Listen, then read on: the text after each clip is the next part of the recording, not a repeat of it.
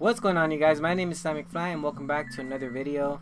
Today, you guys, we got another active gamer poll. This is the second one in the series, and for this one, you guys, since it's, I guess, kind of like a special occasion, because the number 2 is really special to my heart, because it kind of reflects having 2 feet and stuff. And so I have my best friend with me once again. You guys know him. His name is the Megaton. You want to say hi, Megaton? What's up? Alright, there you go. So anyways, you guys, this week's active gamer poll was about a company called Maxis, and this is actually like a brother company to EA, or I guess it's like the son company of EA, because EA is the parent company of it, and Or it's been on the gay brother, probably.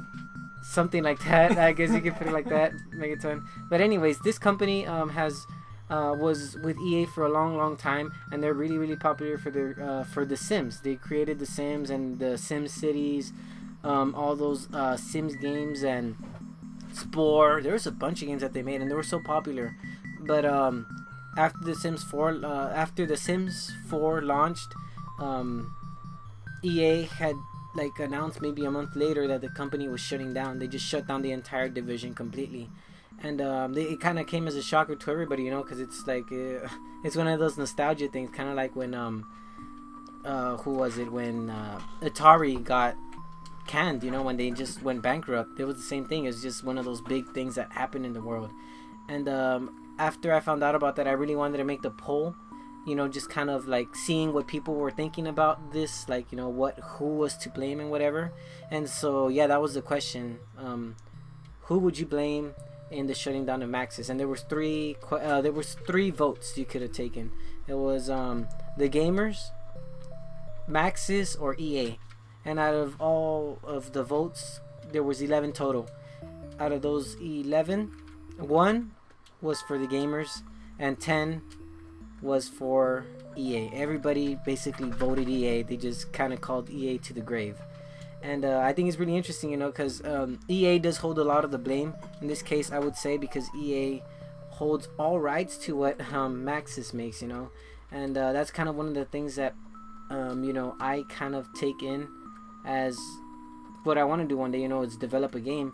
And it's, you know, when a company that's independent makes a game and they get signed on as a first party title, it's kind of like a death sentence, I guess, for your company, because after that company is just going to want you to keep making game after game of what they want you to make and when they want you to make it, you know. And Megaton, I don't know if you want to add anything to this. Well, I kind of like EA is one of my favorite companies, as far as they have a lot of the franchises. This is the thing with them; they're not a bad company because they have a lot of great gaming titles Huge under their belt. The only thing is, though, EA just pipelines a lot of these games and expects for them all to do well, when people are going to get tired of just playing a repetitive game for so often. A very good example of that, one of my favorite franchises, the Madden series. Madden, yep. They really have, and then every single year that they put out a game, they always do that. They always say basically that they have new engines and all this stuff, when in reality it's all the same thing. It's the same game. It's the same game pipeline. All they do is just update the rosters for that year and stuff. So for whatever season and stuff. But anything else, it's just the same graphics, same detail, same things over and over again. And same engine. And people get tired of it. The same thing with The Sims. You can only do so much with that franchise itself. Yeah, and that, you know, I guess in a way I could see why people, you know, like I said, they hate EA for doing this, because there's so many series that EA has burned to the ground, you know, literally. And some examples is like the Mass Effect series, like Madden too. You know, it's just really big for series. Me, another big, like, they have so many things that, you know, they have so many games and stuff. Like for me, as a good example that they would probably get is probably get an idea from is more like Grand Theft Auto. Grand Theft Auto itself, every single year they don't put one out. They don't put one out every single year, but yet they wait and they make sure the game's ready to be sent out or whatever, and it keeps people wanting more. Yeah. So when they finally put it out, they're for the public to play and stuff like that for whatever consoles. It's not a disappointment. You know, you're not disappointed because you know it's, you know, I don't know. For me, I kind of feel that they should take that approach and to say, you know, okay, we're not going to put out another Madden game for the next 4 years or whatever. I would understand completely. Yeah, then just have like DLCs for like, I'm getting way overboard now, but like, yeah, they would get like DLCs for their just to update the rosters for that year, but you know, for whatever year. If you want to play, if you want to follow the, you know, each franchise accordingly or whatever, but you know, yeah, and you know, I agree. Know. I really hate it when they do that with a lot of games where they're like, oh, I wanna sell you this game, and then they're like, on day one, download the 6 extra DLCs and get a free hat or some bullshit. My point like, is, you don't want. My point is that you don't want your fans of that franchise. You don't want them to get bored of the game, basically. You know, you don't want them to get tired of playing the same game over and over. You want to keep them playing that game and be on those servers for such a long time. A very good example of that is also like the Mass Effect and all that stuff, like you said. But I mean, I'm just rambling on back and forth. But that's I think that's the approach they should take.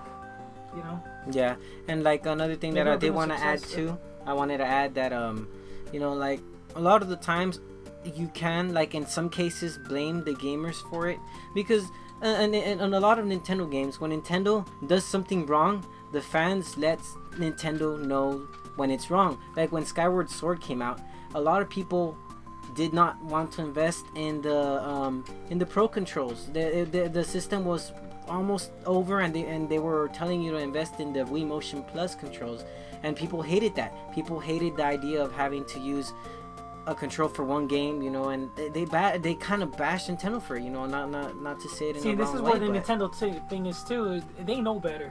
They know not to put out a game that is not ready. They don't sell you a title of their franchise unless it's ready. Yeah, and they're willing to even put back the date just to make sure everything's right. See, and that's another thing. Like these, like EA and them, the fans. Why don't they take any why don't they give out their own opinion about it? You know, like a lot of these fans, I don't want to see they're fake fans, but it's like they, now that the company's gone, they want to support the game that they never played before. Like, it's just ridiculous, you know? And it's different because on Nintendo, when there's a Mario game, Mario fans will play it, even though it might not be the greatest Mario of all time. They still play it, and they tell you their honest opinion about it. And that's also, just the thing I wanted to talk about, you know? And also, like, it's ridiculous. Just like a thought, too. Imagine if EA was to fail in the gaming industry. Imagine how many titles we would lose as gamers. Who's gonna miss Glover? I don't even know if they made that game. Supposedly, I heard, and this is just speculation, so I think they're making a Muppets game. I don't know. Here we go. A Muppets game. Yeah. Oh, wow. Kermit the Frog's gonna be the main character. Oh yeah. It's gonna be like kind of like a mystery game where murders are involved. No, wait. Can you give us your voice for what Kermit would sound like? Oh, Kermit? Yeah, Kermit. No. That's completely no. That's Kermit the Frog. Anyways, you guys. Or Ozzy the Bear. Shut your mouth. Okay. Thanks for checking out the video, guys. I just really wanted to share with this series with you guys. I know that a lot of you are liking it so far, and I'm pretty sure if I continue it, you'll like it more. And thanks again, Megaton, for coming by and for giving your weird ass opinions. My wise answers and my wise way of thinking. But thank you very much for having me. And please, I'm gonna start a channel pretty soon. So if I do start it, unsubscribe and subscribe to me. My god. Oh my god, you went that far. Okay, anyways, you guys, thanks for checking it out. See you on the next one. Peace.